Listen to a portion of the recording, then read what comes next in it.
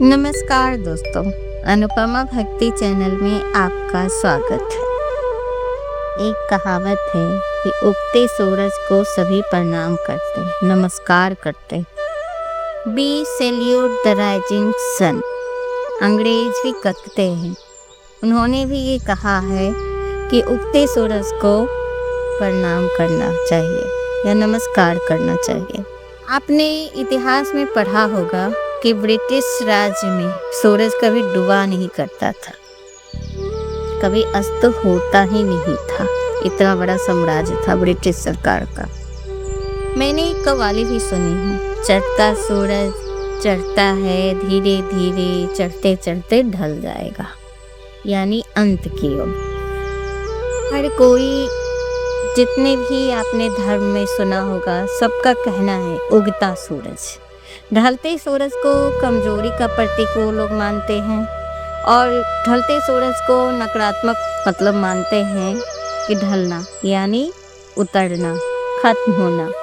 पर हमारे भारत राज्य कंट्री में या हमारे भारत देश में और ख़ासकर बिहार झारखंड राज्य में उगते सूरज को ही नहीं प्रणाम किया जाता है।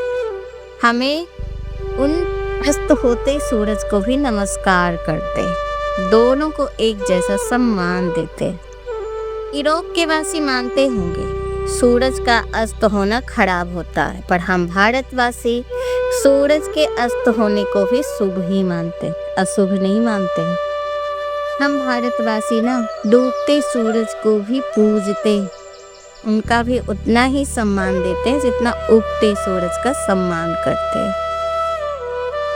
कहने का यह है कि हम अस्त और उदय नहीं देखते, हम बस सम्मान देते हैं बड़ों का और देवताओं का, ईश्वर को श्रद्धा हम दिल से देते हैं। जैसे सूरज हमारे लिए, अगर हमने उनको देवता माना है तो उनकी दिशा बदलने से ना हम अपना सम्मान कम नहीं करते। चाहे वो पूरब में उगे चाहे पश्चिम में वो डूबे, लेकिन हम दोनों तरफ पूजा करते हैं। यानी कि हम अगर किसी को श्रद्धा दे रहे हैं, सम्मान दे रहे हैं ना, तो हम दिल से दे रहे हैं, चाहे वो उगता हो चाहे डूबता। दुनिया भले ही उगते सूरज के पीछे भागती है, पर हम भारतवासी ना एक बार किसी को कह देते कि हम सम्मान देंगे, किसी को देवता मान लेते हैं, फिर उसी को देवता मानते हैं, फिर उधर उधर नहीं देखते हैं। किसी के दिशा बदल लेने से हम सम्मान करना छोड़ दें, ऐसा हमारे संस्कारों में नहीं, हमारी संस्कृति में नहीं है। और इसका प्रमाण है छठ, जो अर्घ हम पश्चिम की ओर देते हैं ना अस्त होते हुए, वैसे ही हम उगते हुए सूरज को भी अर्घ देते हैं। एक जैसा सम्मान दोनों तरफ, क्योंकि हमने सूरज को देवता माना है, पिता माना है, परमात्मा माना है। सूरज का होना जीव जंतु मनुष्य सबका उद्धार होना होता है। सूरज का होना सबसे बड़ी बात है। तेजो रासे जगत पतय होना, सृष्टि और जीवन का आधार होना। सूरज ऊर्जा और प्रकाश का मुख्य स्रोत है जो जीवन को संभव बनाता है। यह प्रकाश संश्लेषण के लिए आवश्यक है, जो पौधों को भोजन बनाने में मदद करता है, हमारे खाद्य श्रृंखला का आधार बनाता है। सूर्य पृथ्वी के मौसम, जल, वायु और जल चक्र को नियंत्रित करता है, यानी ये हर तरह से हमारे लिए उपयोग है। आपको पता ही होगा, आपने बचपन से पढ़ा होगा कि सूर्य की ऊर्जा पृथ्वी पर जीवन के लिए आवश्यक है। सबसे बड़ा पृथ्वी का जो स्रोत है ऊर्जा का, वो सूर्य है। सूर्य के कारण ही पृथ्वी का जल चक्र संचालित होता है, तो सभी जीवों के लिए जल प्रदान करता है। मौसम और जलवायु को भी सूर्य प्रभावित करता है, नियंत्रित करता है। और सबसे बड़ी बात, विटामिन डी सूर्य से ही मिलता है हमें, कई बीमारियों से हमें बचाता है विटामिन डी। तो सूर्य हर तरह से हमारे लिए महत्वपूर्ण है और उसे हम देवता मानते हैं। अगर किसी बच्चे का संरक्षण करता है पिता, उसे चलना फिरना, कब क्या करना है नहीं करना, हर तरह से पिता ही उसे शिक्षा देता है। माँ का काम है घर का सारा काम निपटाई, और बच्चे क्या कर रहे हैं नहीं कर रहे पिता से ही शिकायत लगाती है। तो उसी तरह से सूर्य को हम पिता मानते हैं। एक पिता की तरह हमारा संरक्षण कर रहा है, हमारी रक्षा कर रहा है। और देवता और पिता एक ही समान होते हैं। तो हम एक देवता मानकर पिता हर किसी को थोड़ी ना बनाएंगे। तो देवता हैं वो हमारे, पिता से भी ऊपर हम मान रहे हैं।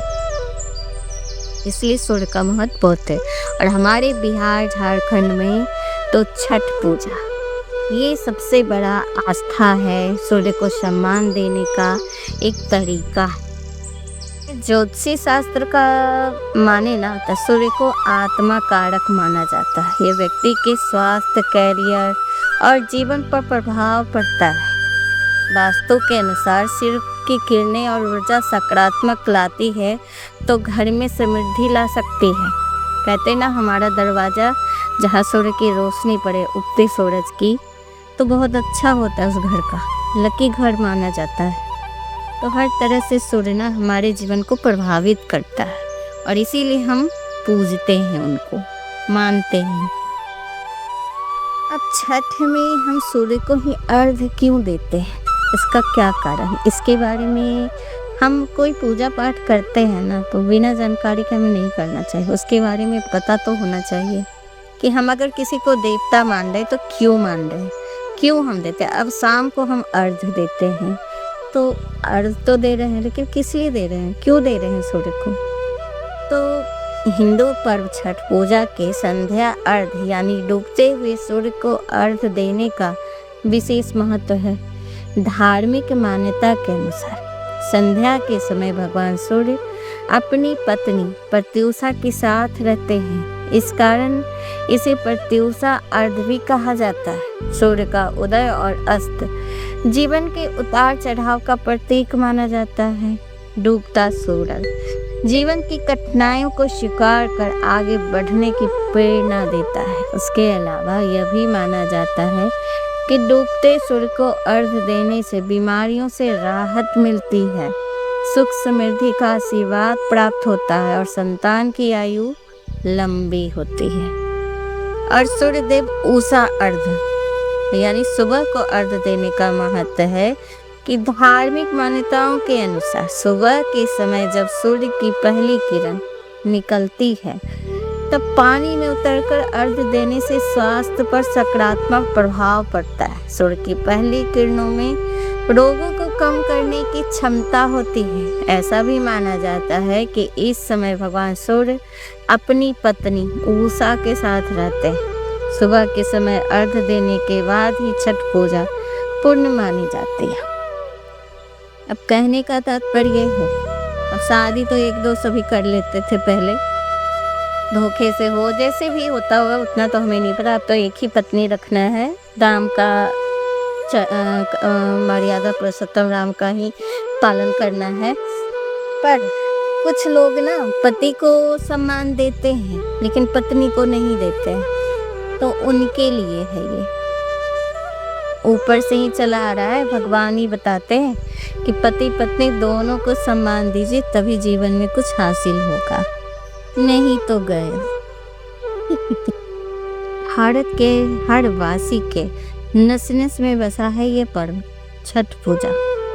अब तो विदेशों में भी होता है। एक हमारे हैं जानकार जो बता रहे थे कि यहाँ भी छठ हो रहा है अमेरिका में। कुछ भारतीयवासी होंगे, बिहार के होंगे जो अपने देश वापस नहीं आ पाए किसी कारणवश, तो वो लोग ना वहीं छोटे से तालाब जैसा स्विमिंग पूल में होती है वहीं पे छठ मना लेते हैं और वहीं पे करते हैं। मेन रूप से ये श्रद्धा होनी चाहिए, भक्ति के प्रति सम्मान होना चाहिए, अपनी संस्कृति के प्रति। और हर कोई जहाँ भी जो जैसे संभव होता है कर रहे हैं छठ। अगर कुछ लोग मान्यताओं का माने तो जो हम नवरात्रि में छठे दिन माँ कत्यानी की पूजा करते हैं ना, उन्हीं की पूजा होती है छठ में। और कत्यानी मानस पुत्री ब्रह्मा की है, जो मन के तरंग मानस पुत्र यानी मन के मन तरंग जब मिलते हैं ना तो उत्पन्न हुई पुत्री, उसी को बोलते हैं मानस पुत्री। तो कुछ लोगों का मानना है, कुछ लोग मान्यताओं का मतलब पुराणों में जिक्र है कि कात्यायनी माता की ही पूजा होती है छठ में। अब ये छठ पूजा मान्यताएं बहुत सारी हैं, कहे सही मैं नहीं बता सकती कि कब से शुरू हुआ, लेकिन इसका जिक्र कर्ण के बारे में भी होता है कि वे सूर्य पुत्र थे और अपने पिता को सम्मान देते थे, तो उन्होंने सबसे पहले ये पूजा की थी, अर्घ्य देते थे सूर्य को रोज पानी में खड़े होकर। तो कुछ लोगों का मानना है कि छठ वहीं से हुआ, कुछ लोगों का मानना है कि रावण की हत्या, रावण ब्राह्मण थे तो उनके ब्राह्मण हत्या से पाप जो लगा था राम को, उससे मुक्त होने के लिए उन्होंने यह अश्वमेध यज्ञ किया था। और उसी समय सीता माता को भी कि उन्होंने छठ किया था, सूर्य को अर्घ्य दिया था और सप्तमी के दिन उन्हें फल प्राप्त हुआ था सूर्य की तरफ से। तो इस तब से शुरू हुई। तो कोई कहता है कि द्रौपदी ने अपने पति की रक्षा के लिए और पुत्रों की रक्षा, पांचों पांडवों की रक्षा के लिए उन्होंने सूर्य से ये वरदान पाने के लिए इसी तिथि को, कार्तिक के छठी तिथि से स्टार्ट, सप्तमी को उन्हें वरदान मिला था, तब से ये छठ स्टार्ट हुआ है। तो मान्यताओं का जो भी हो, पर हम अपने तरफ से हम भारतवासी सूर्य को अर्घ्य देते हैं, उनको देवता मानते हैं और सूर्य हर तरह से हम लोगों की रक्षा करते हैं, हमारा पोषण करते हैं।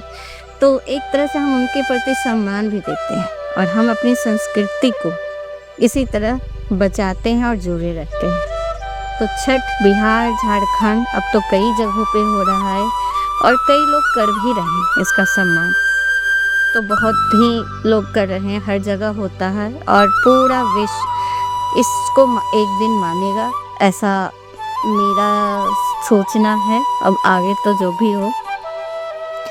आपको ये कैसा लगा ये हमें ज़रूर बताइएगा। अगर सुनने में अच्छा लगा है तो प्लीज़ हमें सब्सक्राइब कीजिए, लाइक कीजिए और शेयर कीजिए। और मेरी वीडियो सुनने के लिए आपका बहुत बहुत धन्यवाद। नमस्कार।